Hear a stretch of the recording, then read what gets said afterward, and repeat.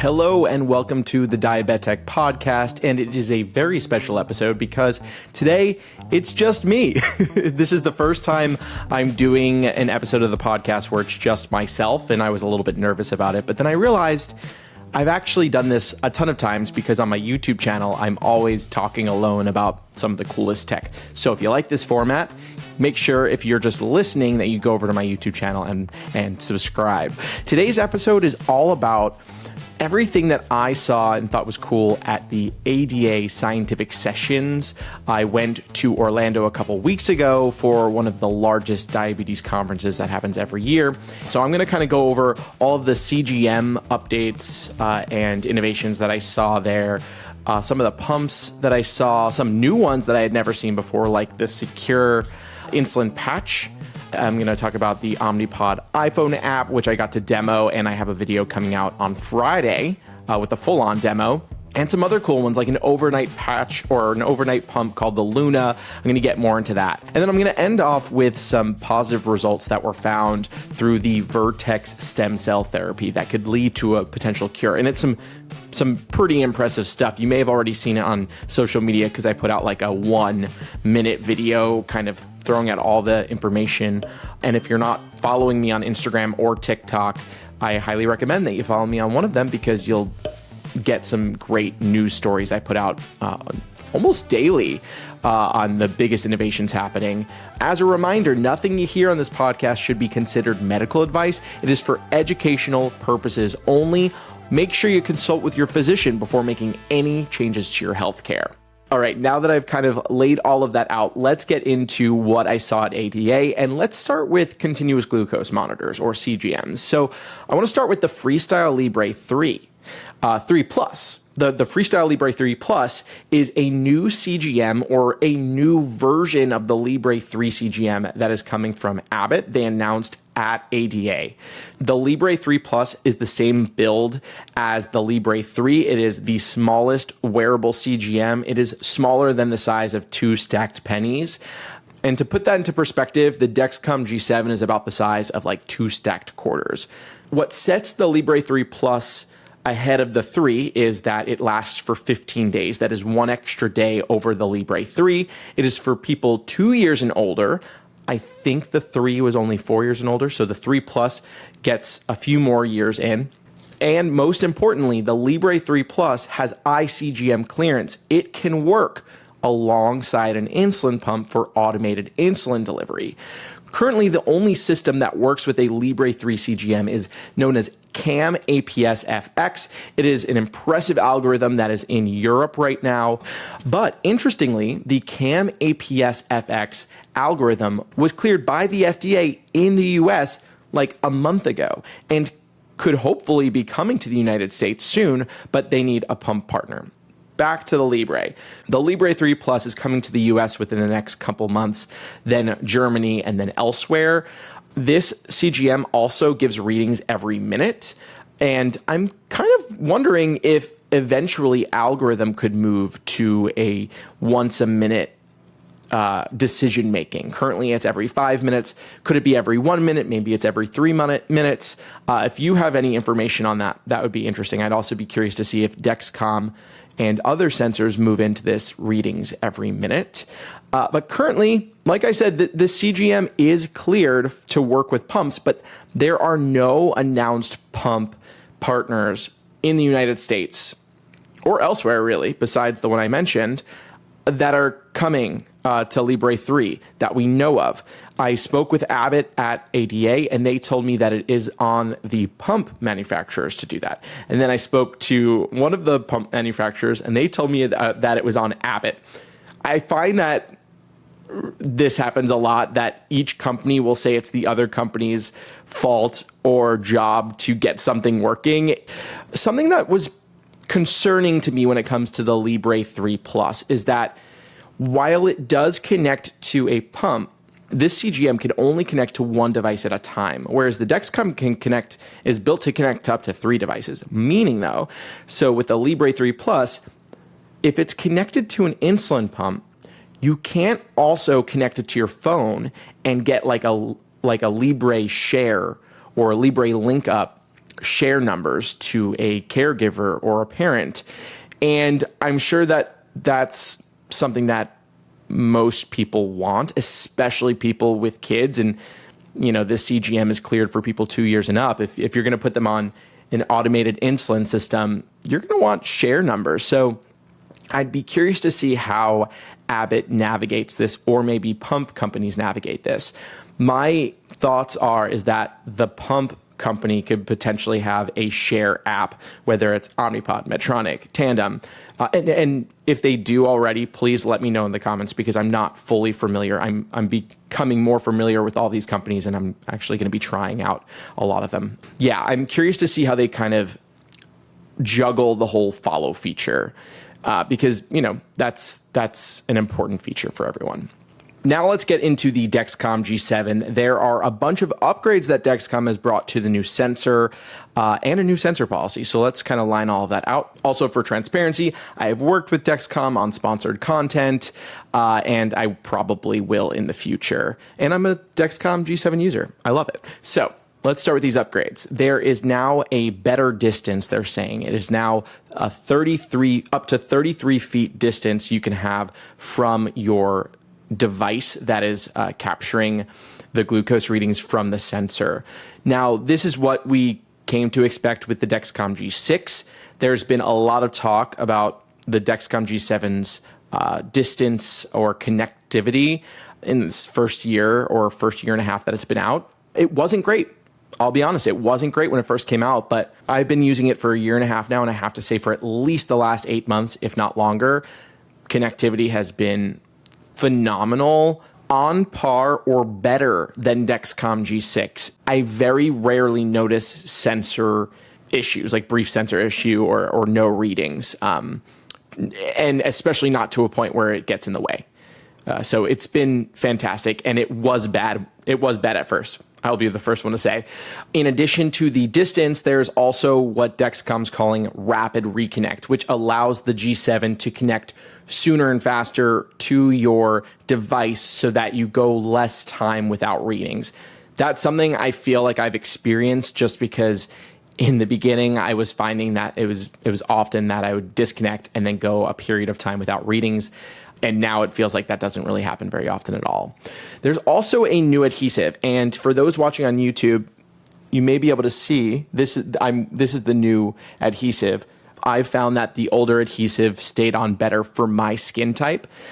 But I did put out a poll, and a lot of people, I think over 65% of people said that the new adhesive stays on them for the full 10 days or better than the last adhesive. So it could just be a me thing. I'm a little sad about it for myself. Also, they did this switch during summer, so it also is hard for me to fully know if it's the new adhesive because I'm swimming, I'm running, I'm sweating, it is humid. So I'll have to really put it to the test in the winter or in the fall, or I guess I could just go on a vacation to somewhere cold and see. So maybe I'll do that. Just kidding. I'm not going to do that.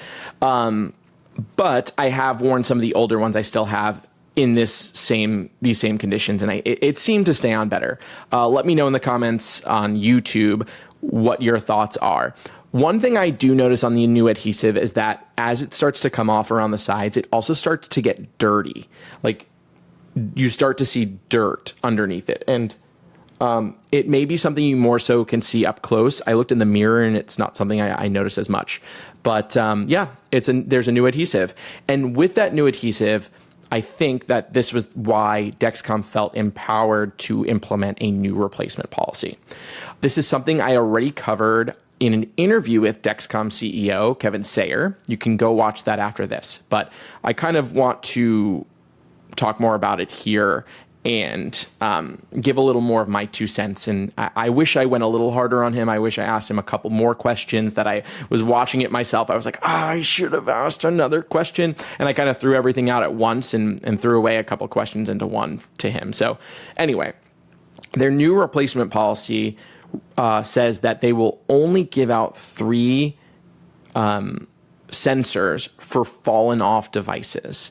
That doesn't include failures. If your device fails, if it doesn't shoot in the sensor, which happened to me once, if it doesn't have readings for hours and you need to take it off, all these failure reasons, If it fails, they will replace it, no questions asked. But if it falls off, they will only replace 3 a year.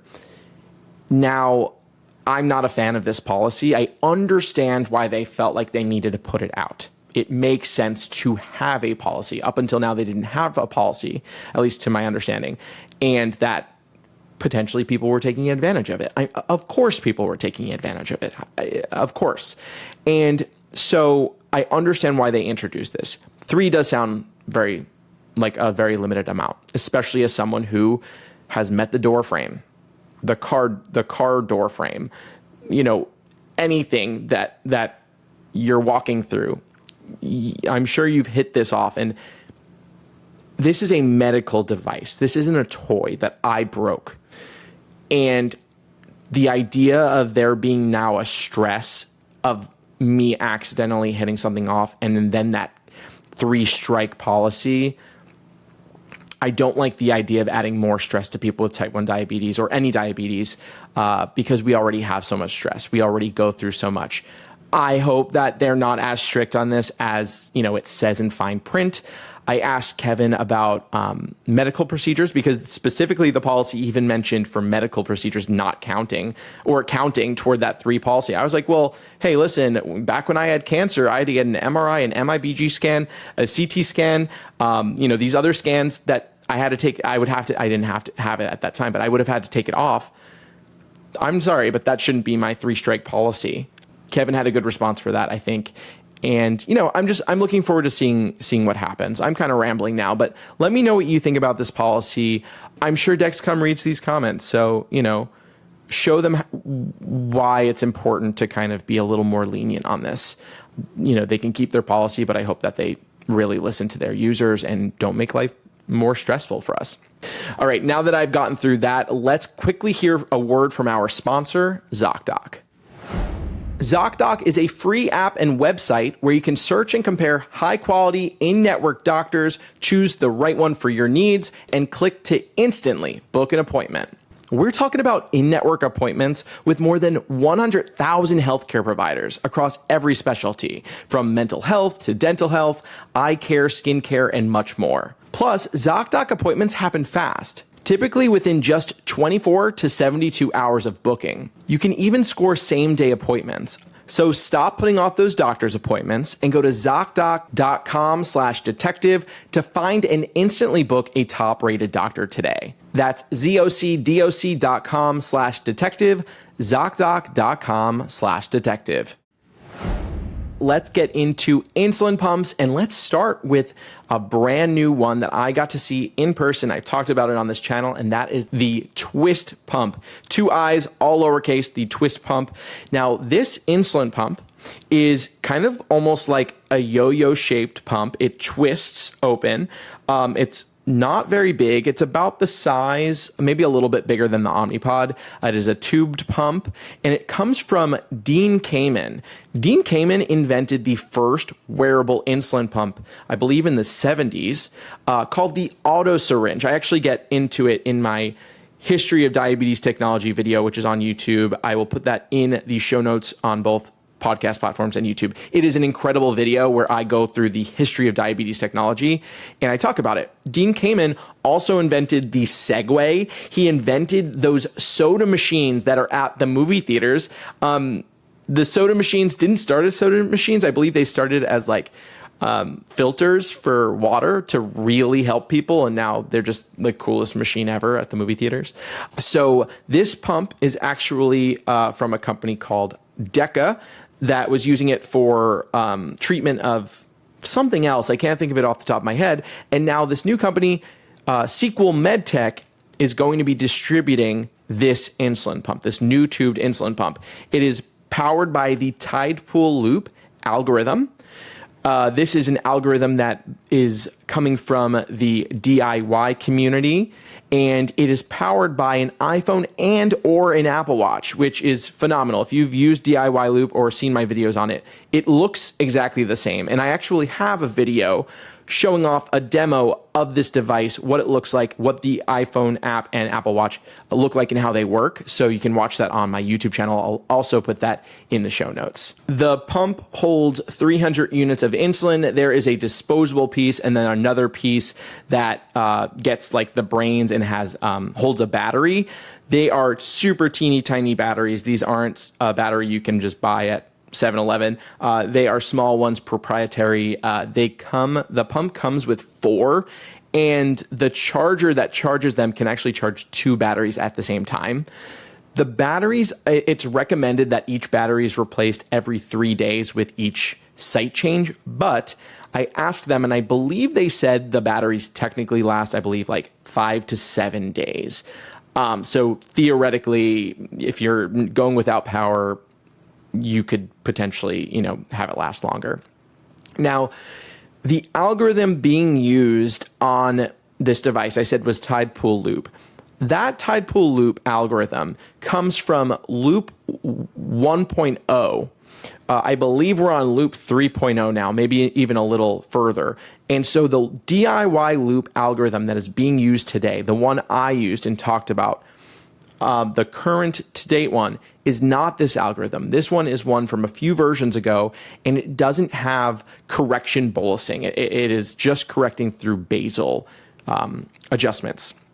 It doesn't have target overrides. It has like an activity feature, maybe another target range, and then it also has pre-meal range, which is a great feature that allows you to start lowering glucose levels to a lower range before you enter carbs.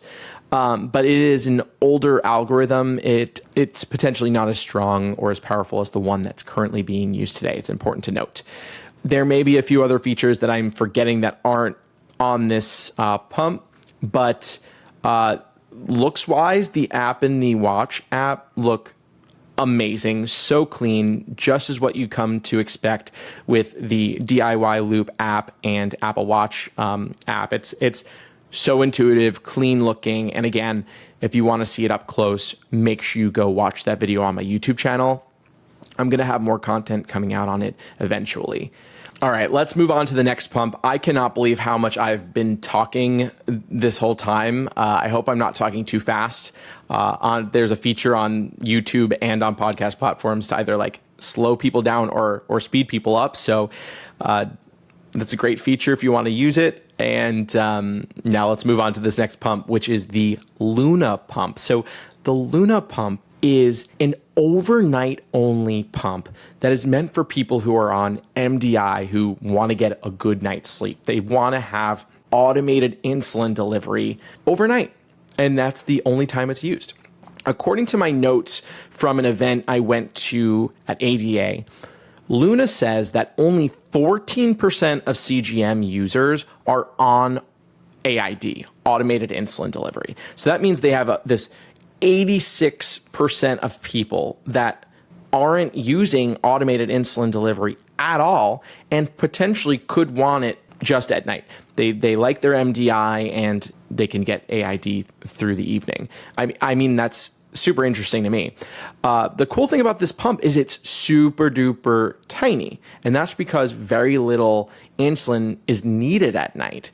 And they say that the pump only holds up to 10 units of insulin. And, you hear that and you're like, wow, that's like nothing. There's no way this can work. And it does, they say. I mean, they say 10 units is really all that's needed to be the maximum amount because on average, they say that only 1.6 units of insulin is used overnight. And of course, we have those nights where you eat something very high in carbs and you're just stuck all night. And maybe that's a moment where you are using more insulin overnight.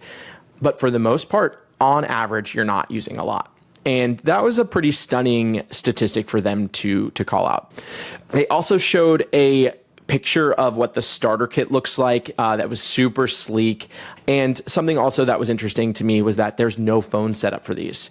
I'm not exactly sure how you set them up. They didn't really get into it, but you don't need a phone to set it up. It could just be that each pump maybe lets the other one know kind of where you were at. And truly, it's your continuous glucose monitor that is talking to the pump and letting it know what it needs, of course, based off of settings that are plugged in. There was one other pump, or really what's called a patch, an insulin patch, is called the CeQur. It's spelled CeQur, and it's this flat little insulin patch that doesn't have any brains or electronics in it.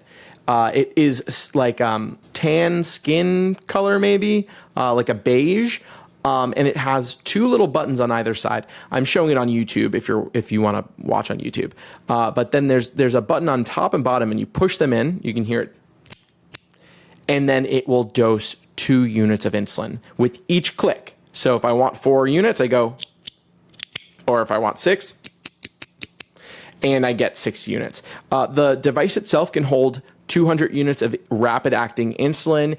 It is significantly flatter than an Omnipod. It's almost half as thick as an Omnipod and about the length of an Omnipod, maybe a little longer, but not as wide. And it definitely, it would goes much better with my skin than the Omnipod. The Omnipod's pretty white. So again, this device, it doesn't have any algorithm.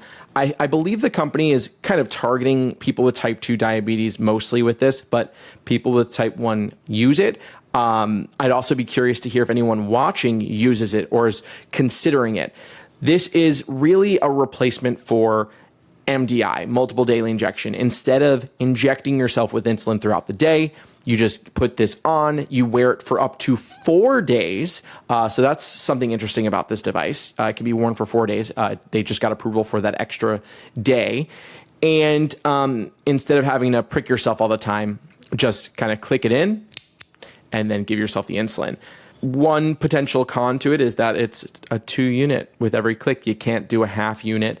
I don't always eat food for 2 units. Sometimes I eat something for a half or 1 unit, and I still want to give myself that insulin. They may come out with a 1 unit device. I am having CeQur come on the podcast to learn more. So if you've got any questions about this insulin patch, let me know in the comments on YouTube, and I will throw them in the interview. Oh, and one more thing when it comes to pumps is the Omnipod app.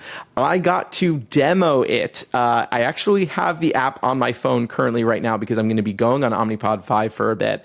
If you've got questions about Omnipod 5 and its app, let me know in the comments. I will add them to my experience video, and I've got a video on the Omnipod app coming out later this week on Friday. Some quick things though. It has activity mode as you'd expect. It has a tab for alerts and history. It resembles the PDM a lot. It can do auto and manual. You can switch between the two. It has a dark mode that is super sleek and easy on the eyes. I'd be curious to see, and I expect that it can switch between light and dark mode as your phone switches between the two modes. And then also you can see your glucose readings right on the screen, flip it sideways, and then get anywhere from 3 hours to 24 hours of glucose readings. So I'm not going to talk too much about the Omnipod iPhone app now because there's going to be a full video on YouTube where we really give like a full-on tour. But I'm very excited for the app to become available. It's currently in limited market release. Only a certain amount of people are trying it, using it. Like I said, I have it. I am part of the limited market release. You will see content coming from me very soon about using it. I have to fill out some surveys to help them and give them feedback. So I'm excited to be a part of it. And I'm also interested in seeing how the algorithm compares to the other algorithms I've used, which are DIY Loop, which is that Loop 3.0 algorithm, and the open source IAPS, also going by Trio now. Yeah, we'll see how it goes. And I think what I love most about the open source IAPS Trio that I'm using now is that I feel like I barely interact with the app, and I'm sustaining like a good 85% time in range. And I'm happy with that. I think I could probably do better, but I'm happy with that. And I'm curious to see how involved I'll need to be with Omnipod 5. And, I'll tell you all about that here. Today's episode is sponsored by T1D Exchange. You can directly make an impact on diabetes healthcare, treatments, and technology by participating in the T1D Exchange registry. It starts with a simple survey about your life with T1D, and it only takes about 15 minutes. After that, you'll have a personal portal with ongoing T1D study and survey opportunities. Plus, some of these studies even offer compensation. Signing up with the link in the show notes helps support my channel, and it allows me to continue putting out free content. You can sign up at t1dexchange.org/diabetic or click that link in today's show notes. Now let's get into the Vertex cure. Vertex's VX880 is an investigational stem cell therapy that is showing promise when it comes to a functional cure for type 1 diabetes. They published new data at ADA that was pretty stellar. They found significant improvements in A1C and glucose control and a reduced need for insulin. So here are some facts. 12 individuals have received the full target dose of cells. I'm sure there have been participants that over time fell out of the process. I'm somewhat new to this study. If you have more information, let us know in the comments, but this is what I do know. 11 of the participants have a reduced or fully eliminated need for exogenous insulin. This is external insulin that's not created by the human. So 11 of them out of 12 have a reduced need or no need for outside insulin. And all 12 participants who received the full dose of VX880 saw a reduction in A1C of less than 7%, and they no longer experience severe hypoglycemic events. And then 3 participants who received the therapy at least 12 months ago have eliminated blood sugar events and are fully off external insulin. This is incredible. I mean, is this a cure? Or are we getting to a cure? I will say that this treatment requires immunosuppressants. Vertex is also working on VX264, which won't require that. That is somewhere in the works. I'm not sure how far they are with that. But this VX880 was also the study that they had put on pause because there were 2 deaths earlier in 2024, but they found that those 2 deaths were unrelated to the study. So the study is back on. It is estimated to be finished by 2030. No word on if that pause will have an effect or how long the effect would be on this treatment. The next step for this eventually would be for Vertex to get FDA approval so that people could use the treatment. Now, that is really the basis of my knowledge on this, but I have a few questions for you. Is this huge news for you? I mean, it sounds huge. People are excited about it, but I'm so new to this, and I know a lot of people are jaded by there being a cure. Is this big? Is this going to lead to a cure? Are we seeing more advances in these types of treatments and therapies now than we have in the past? I've been hearing that since the 80s, they've been saying there will be a cure in 5 to 10 years. And, well, there is no cure.